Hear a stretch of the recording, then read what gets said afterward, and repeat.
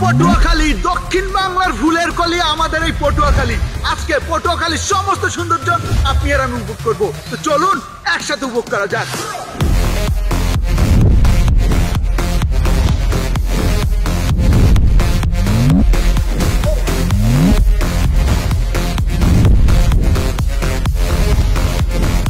আজকের এই ভিডিওতে সাগরকন্যা কুয়াকাটা জেলার সমস্ত সৌন্দর্য আপনি আর আমি উপভোগ করব। তো চলুন ভিডিও শুরু করা যাক।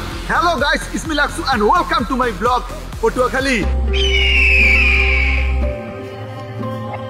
পটুয়াখালী বাংলাদেশের দক্ষিণ অঞ্চলে বরিশাল বিভাগের একটি প্রশাসনিক অঞ্চল ও বাংলাদেশের একটি উপকূলীয় জেলা। অপরূপ প্রকৃতির সৌন্দর্যমণ্ডিত পটুয়াখালী বরিশাল বিভাগের একটি সম্ভাবনাময় জেলা। এখানে রয়েছে একই বিচে বসে সূর্যোদয় এবং সূর্যাস্ত দেখার সুযোগ, যেটা পৃথিবীতে বিরল। 16শো শতাব্দীর শুরু থেকে পর্তুগিজ জলদস্যুরা এ পথে আসে এবং এই এলাকায় নির্বিচারে লুণ্ঠন ও হত্যা চালায়।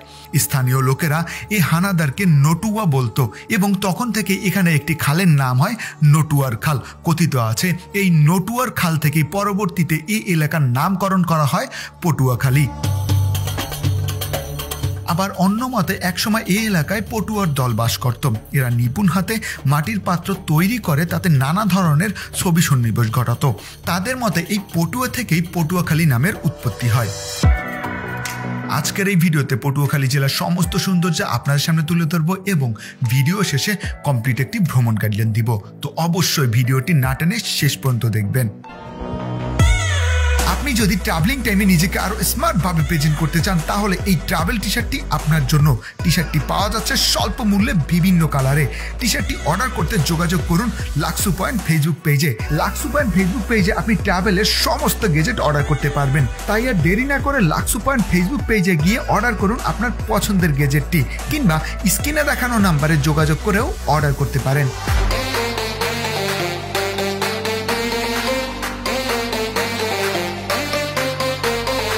আমার পিছনে যে সুন্দর দৃষ্টিনন্দন সেতুটি দেখতে পাচ্ছেন, এই সেতুটির নাম হচ্ছে পায়রা সেতু। আসলে পায়রা নদীর উপর অবস্থিত হওয়ার কারণে এই সেতুর নামকরণ করা হয়েছে পায়রা সেতু। আর এই স্থানের নাম হচ্ছে লেবুখালী। স্থানীয় লোকে এটিকে লেবুখালী ব্রিজ হিসাবে বা লেবুখালী সেতু হিসেবেও চিনে থাকে।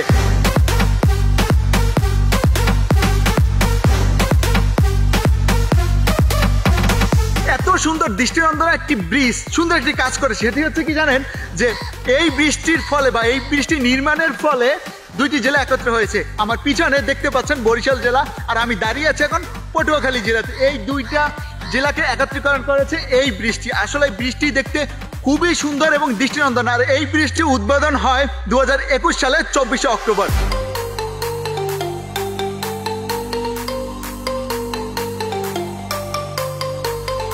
আসলে এই নদী আর এই ব্রিজকে কেন্দ্র করে কিন্তু এই জায়গাটা এখন পর্যটন স্পটে পরিণত হয়েছে।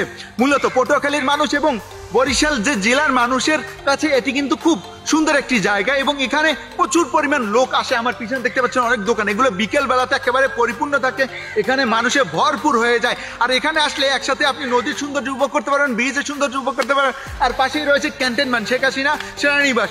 সো এই যে 3-4টা জিনিস একেবারে সত্যি কথা বলতে যে মনোমুগ্ধকর, আপনাকে মন প্রাণ ভরিয়ে দেবে। আসলেই যে পটুয়াখালী জেলার মানুষের কাছে এই যে ব্রিজটি খুবই গুরুত্বপূর্ণ এবং ঐতিহ্যবাহী একটি ব্রিজ হচ্ছে এটি। কারণ বাংলাদেশের অন্যতম সুন্দর ব্রিজ হচ্ছে কিন্তু এই পায়রা ব্রিজ বা লেবুখালী ব্রিজ। অবশ্যই আপনি যদি সময় পান কি আপনি যদি পটুয়াখালী কিংবা বরিশাল জেলা ভ্রমণ করতে আসেন, এই ব্রিজ হয়ে যাবেন, দেখে যাবেন, অ্যান্ড সুন্দর একটি বিকেল বা একটি সময় এখানে কাটিয়ে যাবেন, আপনার ভীষণ ভালো লাগবে।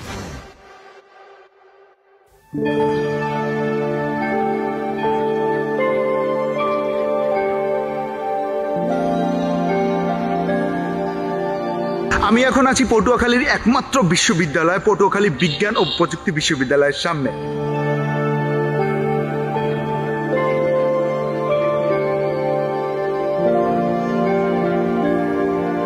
শুরুতে এটি ছিল পটুয়াখালী কৃষি কলেজ, পরবর্তীতে এই কৃষি কলেজকে বিলুপ্তকরণ করে এই পটুয়াখালী বিজ্ঞান এবং প্রযুক্তি বিশ্ববিদ্যালয়টি করা হয়। 2002 সালের 26শে ফেব্রুয়ারি একটি সরকারি প্রজ্ঞাপনের মাধ্যমে আসলে এই পটুয়াখালী বিশ্ববিদ্যালয়টি বা পটুয়াখালী বিজ্ঞান ও প্রযুক্তি বিশ্ববিদ্যালয়টি তার পূর্ণাঙ্গ রূপ ধারণ করে।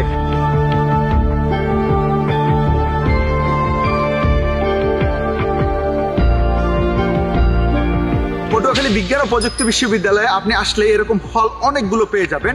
টোটালি 8টা হল এখন পর্যন্ত চলমান আছে, তার মধ্যে 5টা হচ্ছে ছেলেদের আর 3টা হচ্ছে মেয়েদের, আরও 3টা আছে কনস্ট্রাকশন মানে আন্ডার কনস্ট্রাকশনের।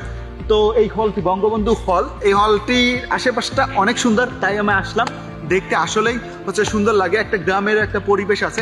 আপনি যদি এখানে আসেন আপনার ভালো লাগবে, আর যদি একটু সময় পান তাহলে বা এখানে যদি কোনো ফ্রেন্ড সার্কেল থাকে একসাথে আড্ডা দিবেন, সময় কাটাবেন, একটা বিকেল কাটানোর জন্য এই ভার্সিটি যথেষ্ট। তো আসবেন, দেখবেন, ঘুরবেন, ভালো লাগবে।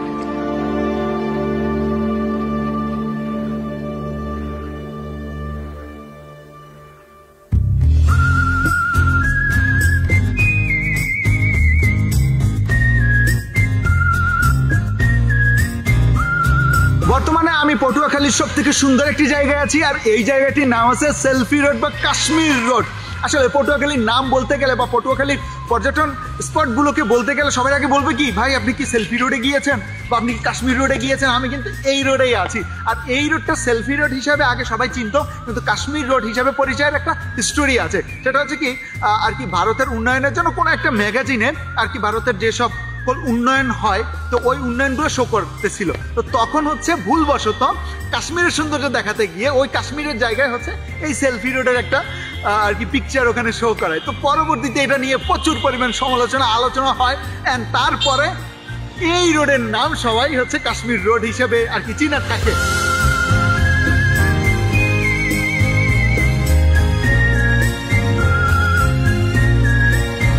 ওই পাশটাতে যে খালি জায়গাটা দেখতে পাচ্ছেন মানে সেটা হচ্ছে শিশু পার্ক।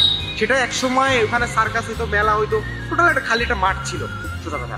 তো বর্তমানে এটাও একটা মানে পার্ক হয়ে গেছে সুন্দর, এবং শেখ রাসেল শিশু পার্ক নামে এটা দেওয়া হয়েছে। তো এই পার্কটা খুবই সুন্দর, যেটা শিশুদের জন্য পটুয়াখালী শিশুদের বিনোদন কেন্দ্র হয়ে উঠছে। আর যে আমরা রোডটা দেখতে পাচ্ছি, যে রোডটা 4 লেনের রোড, এইটা ছিল একসময় 2 লেনের রোড, এবং এখানে খুব জ্যাম লেগে থাকতো, এবং পাশে ডোবা, নালা, তারপর হচ্ছে গিয়ে লেক, এইসব টাইপের ছিল।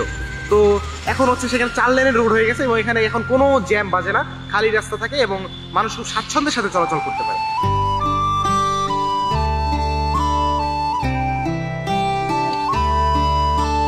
এখন রাত 9:30 বাজে, আর এখন আমি সেলফি রোডে, বিশেষ করে সেলফি রোডের থেকে আমার এই পাশে যে একটা রোড আছে সব থেকে বড় রোড, ওটা হচ্ছে ঝাউবন রোড বলে।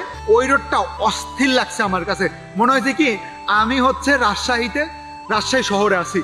আপনি যদি পটুয়াখালীতে আসেন আর রাতের বেলায় যদি এই দৃশ্যটা দেখেন তাহলে আপনি পটুয়াখালীকে অন্য লেভেলের ভাববেন ভাই। সত্যি কথা বলতে পটুয়াখালী যারা আসবেন তারা সন্ধ্যার পরে এই রাস্তায় আসবেন, বিশেষ করে সেলফি রোড অথবা এই যে সেলফি রোডের পাশে যে বড় রোডটা আছে এই রোডটা এত পরিমাণ বড় যে রোডটাতে আপনার বড় লেভেলের ওয়াকওয়ে আছে, মানে আপনার অনেক প্রশস্ত ওয়াকওয়ে আছে, আপনি ওখানে হাঁটতে পারবেন। অনেকেই ওখানে আসে অ্যান্ড ওখানে হাঁটাহাঁটি করে ছবি টবি তুলে। তারপরে আলাদা একটা লাইন আছে, ওই লাইনে আবার সাইকেলের জন্য রাখা হয়েছে যে ওইখানে সাইকেল চালাবে। এরপরে আছে মেইন রাস্তা হচ্ছে আবার 4 লেনের রাস্তা, মানে টোটালি সব মিলিয়ে খুবই সুন্দর করে ফুটিয়ে তোলা হয়েছে। আর লাইটিং এর ব্যাপারে আমি আর নাই বললাম, আপনারা তো দেখতেই পাচ্ছেন যে কতটা সুন্দর করে পটুয়াখালীকে তুলে ধরা হয়েছে। আসলে দক্ষিণ অঞ্চলে মানে বরিশাল জেলার পরে যে এইরকম উন্নয়ন হচ্ছে এটা ভেবেই অন্য রকমের ভালো লাগা কাজ করে। সো পটুয়াখালীতে যারা আসবেন অবশ্যই সন্ধ্যার পরে পটুয়াখালীর এই সুন্দর রাস্তায় আসবেন, দেখবেন, খানিকটা সময় কাটাবেন, আপনার অন্য লেভেলের ভালো লাগবে, অন্য রকমের ভালো লাগা কাজ করবে।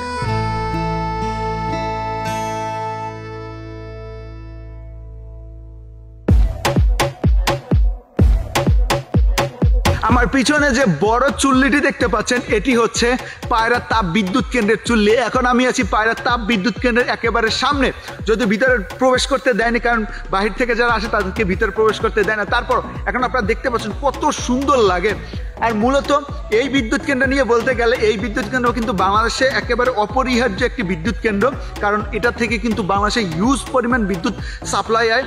কারণ এখানে হচ্ছে 2টা ইউনিট রয়েছে, যে প্রত্যেকটা ইউনিটে 660 মেগাওয়াট বিদ্যুৎ উৎপন্ন হয় প্রতিদিন, এবং 2টা থেকে 1320 মেগাওয়াট বিদ্যুৎ উৎপন্ন হয়। যদিও 1320 মেগাওয়াট বিদ্যুৎ প্রতিদিন উৎপন্ন হয় না, প্রতিদিন 1000 থেকে 1200 মেগাওয়াট বিদ্যুৎ এখানে উৎপাদন করা সম্ভব।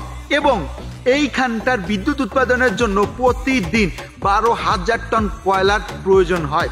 সো এত বড় একটি প্রজেক্ট পটুয়াখালী বাসীর কাছে আসলে গর্বের করার বিষয়। অ্যান্ড এই কারণেই আমি দেখালাম ইটস নট এ পর্যটন স্পট, বাট এটা হচ্ছে পটুয়াখালী বাসীর কাছে অনেক বড় একটা বিষয় এবং বাংলাদেশের কাছে অনেক বড় একটা বিষয়।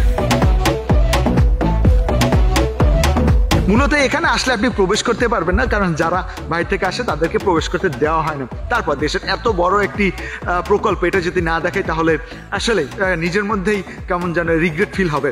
তাই হচ্ছে আসলাম, অ্যান্ড পটুয়াখালীতে এত বড় একটি প্রজেক্ট আছে, সেটি যদি না দেখায় তাহলে পটুয়াখালীবাসী হয়তো বা মন খারাপ করবে। তাই আমি দেখালাম।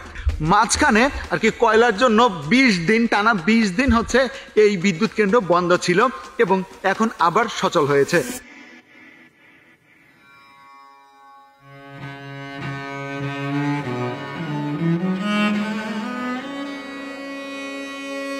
বর্তমানে এখন আমি আছি পটুয়াখালী জেলার ঐতিহাসিক এবং ঐতিহ্যবাহী একটি জমিদার বাড়ি, শ্রীরামপুর জমিদার বাড়ির সামনে। এই জমিদার বাড়িটি পটুয়াখালী জেলার দুমকি উপজেলার শ্রীরামপুর গ্রামে অবস্থিত। আসলে এই জমিদারের জমিদারিত্ব অনেক বড় ছিল, 56টা মৌজা নিয়ে এই জমিদারিত্ব ছিল এবং এই জমিদার অনেক প্রভাবশালী একজন জমিদার ছিল। এই জমিদার বাড়ি প্রতিষ্ঠিত হয় বা এই জমিদার বাড়ির জমিদারিত্ব শুরু হয় মুর্শিদ কুলি খাঁয়ের শাসন আমলে এবং তখনকার সময় এখানকার জমিদারি ছিল বা এখানকার ফার্স্ট জমিদার ছিল জমিদার শিবল খাঁ। তিনি ছিলেন একজন হিন্দু, কিন্তু তিনি হিন্দু থেকে যখন ইসলাম ধর্ম গ্রহণ করে তখন মুর্শিদ কুলি খাঁ তাকে এখানকার জমিদারিত্ব প্রদান করে এবং তিনি তারপর থেকে এখানে জমিদারিত্ব শুরু করে। পরবর্তী তার ছেলে কালে খাঁ এবং তিনি মিলে 56টি মৌজা একাধারে শাসন করে এবং তার এই জমিদারি ব্যাপক পরিমাণ প্রভাব বিস্তার করে। আসলেই এখানে আসলে আপনি দেখতে পারবেন যে জমিদারিত্ব যতই থাকুক না কেন, দিন শেষে একদিন তা ধ্বংস হয়ে যায়। অন্ধকার কূপ ছিল, অনেক গভীরতা কূপ ছিল। ওই কূপের ভিতরে আপনার এই করতো কি, ওই মানুষ ফালাই দিত, যে অন্যায় অত্যাচার করতো, যেটা ফাঁসি হয়। আর বাংলাদেশে ফাঁসি হয়, ওই ফাঁসিটা দিত ওই অন্ধকার কূপের ভিতরে ফালাই দিত। ফালাই দিলে পর উনি আর উঠতে পারতাম না। ওই সময় ওরা তো অনেক অত্যাচারও করছে পরে, যেমন জুতি মারিয়ে দেখছেন মাছে কীভাবে হাইলিয়ে দেয়, গর্ভস্থানের বাচ্চা কোন জায়গায় আছে এটা পেট ফারিয়ে দেখতো। হ্যাঁ, এই ধরনের আচরণের কারণে এই জমিদারি তো শেষ হয়ে গেছে। কেননা বেশি অতিরঞ্জিত বাড়লে সে জমিদারি তো দূরের কথা, তারাও থাকে। আমি এখন যে জায়গাটায় আছি, এই জায়গাটা যদি আপনি আসেন আপনার ভয় লাগবে। এখন এই অবস্থায় মানে টোটাল জমিদার বাড়ি এখন ধ্বংসস্তূপের নিচে আর কি অবস্থিত। আর এটা হচ্ছে জমিদার বাড়ি ছিল না, এটা ছিল তার বিচার কার্যালয়। এখানে নাকি হচ্ছে 8টা হচ্ছে জেলখানা বা কয়েদিখানা ছিল, যেখানে যারা অপরাধী ছিল তাদেরকে আটকে রাখা হতো। আর এখানে বেশ কয়েকটা কূপ ছিল, ওই কূপে হচ্ছে মানুষ হত্যা করা হতো। এই রকমের অনেক হিস্টোরি এখানে আছে। আপনি যদি এখানে আসেন, এখন একেবারে ধ্বংসস্তূপ দেখতে পারবেন, কিন্তু এখানে এই যে ধ্বংসস্তূপের মধ্যেও যে অনেক ইতিহাস আছে, সেটা আপনি যদি এখানে ইতিহাসটা জানেন তাহলে হয়তো বুঝতে পারবেন যে না, আগের দিনে আর কি এই রকমের বিচারালয় ছিল, এই রকমের হচ্ছে জেলখানা ছিল, কূপ ছিল এবং এই রকমের অত্যাচার হতো। সো ওই জমিদার বাড়ি থেকে এটার দূরত্ব মাত্র 5 মিনিটের। অবশ্যই জমিদার বাড়ি আসলে এখানে এসে দেখে যাবেন।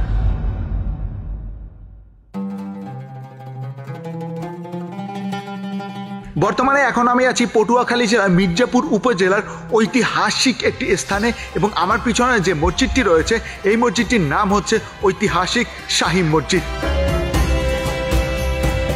এই এক গম্বুজ বিশিষ্ট মসজিদটি হচ্ছে ঐতিহাসিক একটি মসজিদ এবং ঐতিহাসিক হওয়ার একটি কারণও আছে। কারণ এই মসজিদটি যখন এখানে নির্মাণ করা হয়েছিল তখন এই পটুয়াখালীতে বা টোটাল বরিশাল অঞ্চলে আর কোনো ইটের ভবন নির্মাণ করা হয়নি, এতটা পুরাতন এই মসজিদটি। এবং এই মসজিদটি এখনো কিন্তু প্রায় অক্ষত অবস্থায় রয়েছে। এই মসজিদটি 1465 খ্রিস্টাব্দে রঘুনুদ্দিন বরবক শাহর আমলে খান ওজিয়াল খান দ্বারা নির্মিত। এটা বরিশালের ইতিহাস প্রমাণ করে বা গিয়াসউদ্দিন আহমেদ। আসলে পটুয়াখালী জেলার মির্জাপুর উপজেলা একেবারে ভিতরে এই মসজিদটির অবস্থান। এখানে যদি আপনি আসেন, আসলে এক গম্বুজ বিশিষ্ট এই মসজিদটি দেখলে আপনার মন ভালো হয়ে যাবে। তাই অবশ্যই যারা পটুয়াখালী ভ্রমণে আসবেন তারা অবশ্যই এই পটুয়াখালীর সব থেকে পুরাতন মসজিদটি দেখে যাবেন। কুয়াকাটা বাংলাদেশের একমাত্র সাগরকন্যা।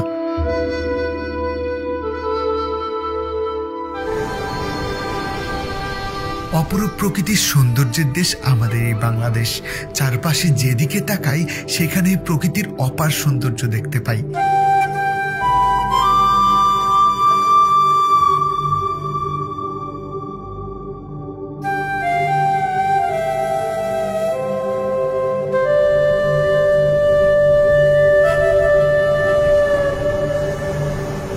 স্বপ্নেরা মেলে ডানা নীল সমুদ্রে, চোখ মেললেই দেখি গাং চিল উড়ে।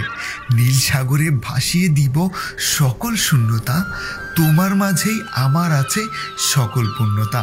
হ্যাঁ, শুধুমাত্র বাংলার প্রকৃতি আপনাকে সকল পূর্ণতার ছোঁয়া দিতে পারবে। সাগরের গর্জন যখন আপনার কানে আসবে তখন নিজের জীবনকে নতুনভাবে উপভোগ করতে পারবেন। আসলেই জীবন যে কতটা সুন্দর সেটি আপনি এই সাগরের বুকে না আসলে কখনোই বুঝতে পারবেন না। তাই তো প্রতিদিন হাজারো হাজারো মানুষ তার নতুন জীবনকে খুঁজে পেতে চলে আসে এই সাগরকন্যা কুয়াকাটার বুকে।